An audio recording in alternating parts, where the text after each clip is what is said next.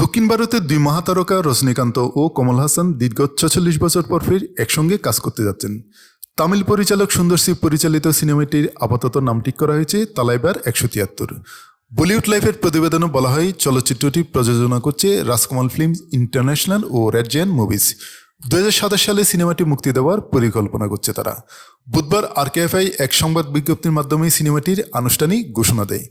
বিজ্ঞপ্তিতে বলা হয় ভারতের দুই কিংবদন্তি তারকাকে এক করার পাশাপাশি সিনেমাটি রজনীকান্ত ও কমল হাসানের ৫ দশকের বন্ধুত্বের ও ভ্রাতৃত্বের উদযাপন বলা যায়। তাদের বন্ধুত্ব আজও প্রজন্মের পর প্রজন্ম শিল্পী ও দর্শকদের অনুপ্রাণিত করে। পরিচালক সুন্দর সি আগে রজনীকান্তের সঙ্গে সিনেমা অরুণাচলম এবং কমল হাসানের সঙ্গে আনবে সিমম পরিচালনা করেছেন, যা সমালোচকদের প্রশংসা কুড়িয়েছিল। সিনেমাটির ঘোষণা আসে রজনীকান্তের কুলি মুক্তির পরপরই।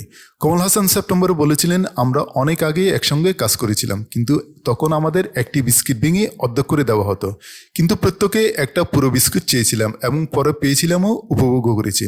এখন আমরা আবার অর্ধেক বিস্কুটে খুশি, তাই আবার এক হয়েছি। রজনীকান্ত গত ২৭শে সেপ্টেম্বর সাংবাদিকদের বলেন, সিনেমাটি এখনও প্রাথমিক পর্যায়ে আছে।